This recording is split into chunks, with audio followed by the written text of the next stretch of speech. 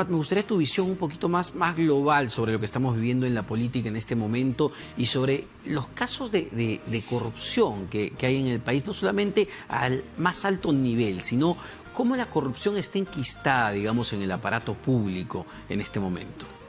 Dos momentos, antes y después de Lavallato.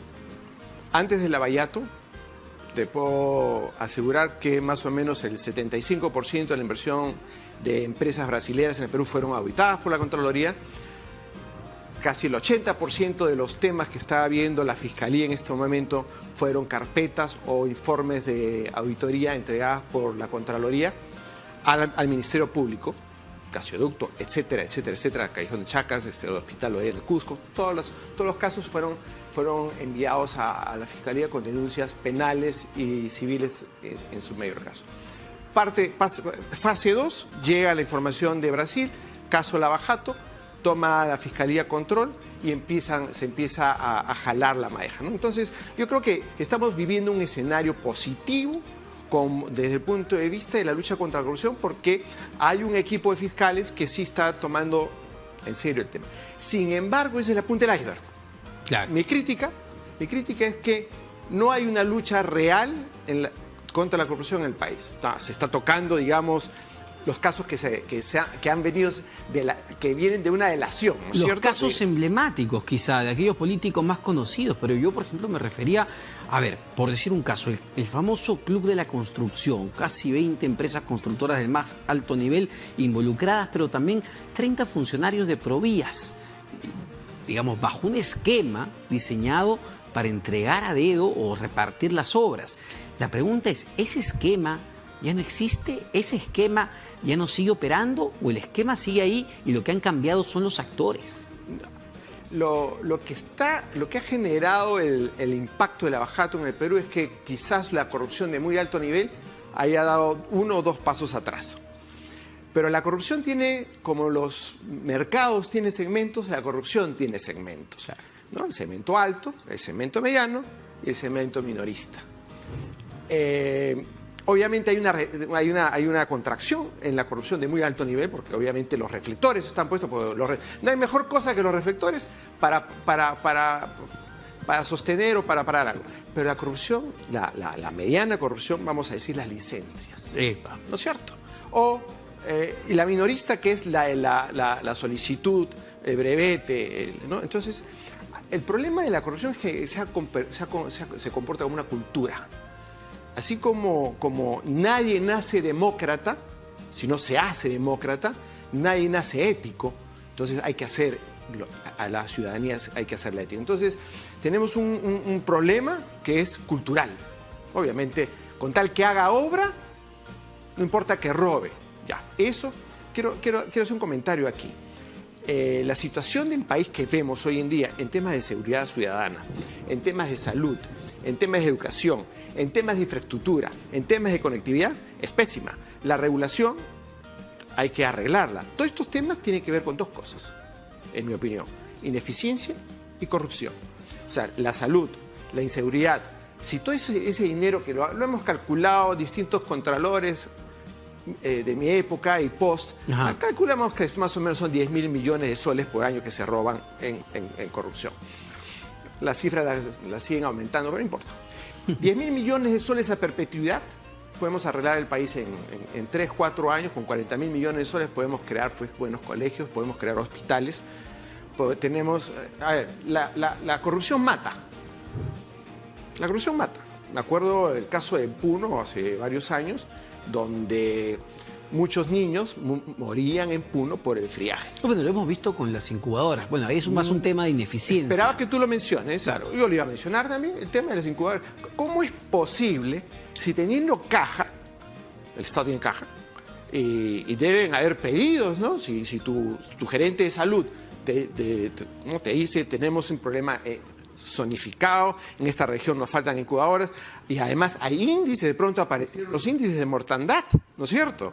Y que, bueno, las comparaciones son inútiles en este momento, porque estamos en un puesto, por ahí salieron a decir, estadísticamente no estamos tan mal. ¿Sabes qué? Eso es horroroso. El tema es por qué no se compran. Claro, pero donde hay, y aquí me gustaría incidir, ¿no? Porque a veces vemos solamente un plano de la corrupción, que es el plano público, es decir, al corrompido, al que pide la marmaja, pero está el corruptor. Te comentaba justamente, la Universidad del Pacífico, junto a otras 9 universidades a nivel regional, han lanzado un estudio sumamente interesante sobre la cultura del soborno en el sector empresarial. Y cuando se les pregunta, digamos, ¿por qué lo hacen?, ellos lo ven como una modalidad de competencia. Es decir, yo lo hago, yo soborno a ese funcionario público porque si yo no lo hago, otra constructora probablemente llegue y lo haga y me va a ganar y yo tengo que ganar y sacar mis cifras. Es que no solamente son las constructoras. Ah, no, por decir un ejemplo. Por decir un ejemplo. Claro. A ver, Latinoamérica, dentro del mapa de transparencia internacional del índice de corrupción, Latinoamérica está con índices muy malos. Sí. Latinoamérica. De pronto aparece este equipo de constructores brasileros y empezaron a repartir dinero, no solamente en Perú. Hay que ver el mapa de la corrupción de la Bajato en Latinoamérica, va desde México hasta Chile. Y haciendo un paréntesis, en Perú hemos avanzado en la investigación tremendamente comparado a otros países. Regreso a lo que tú estás diciendo. Sí, el sector privado paga. Hay una colusión, hay una fusión de intereses entre, obviamente, rentabilizar el negocio privado y el público de tener dinero en el bolsillo. Y entonces este tema, al no haberse atacado, porque somos ineficientes luchando contra la corrupción y al mismo tiempo somos conscientes también que no queremos luchar contra la corrupción, porque si no, mira las fotos que hay de las infografías de varios medios donde tú vas a ver las fotos de varios presidentes uno tras otro, sí, claro. ¿No es cierto? Claro, entonces, si la cabeza permite, obviamente el entorno sabe, aquí no hay forma como negar que hay corrupción en el más alto nivel. Otro dato de este estudio que me pareció sumamente revelador, cuando se les pregunta cuáles son las modalidades que ustedes usan para entregar sobornos. En primer lugar, salía el soborno pequeño y efectivamente el tema de trabas burocráticas, de permisos. En segundo lugar, decían financiamiento a campañas políticas. ¿Qué quiere decir esto? Que para las propias empresas, ellos reconocen que no hay lonche gratis y que si ellos aportan una campaña política es porque esperan una retribución luego. Entonces, claro, luchar contra la corrupción, Fuad, es una decisión política. ¿De quiénes? De esos políticos que reciben ese financiamiento. El círculo es demasiado complicado. La lucha contra la corrupción tiene que partir de la cabeza del Estado, del presidente de la República, y dar el ejemplo y hacer que los procesos se fortalezcan y se incorporen las técnicas que existen para luchar contra la corrupción. Lo que pasa es que seguimos luchando contra la corrupción siguiendo las viejas técnicas. Tenemos que cambiar, tenemos que mirar los casos de éxito en la lucha contra la corrupción de otros países, porque hay países sin corrupción. Sí, porque hay países que la corrupción casi no existe. Hay que verlo. O es mínima, ¿no?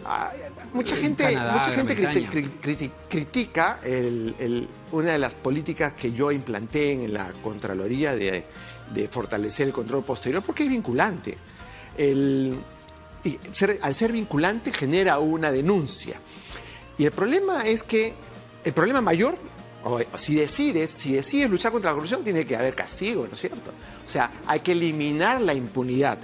Pero al eliminar la impunidad hay que asegurarnos que el castigo se realice.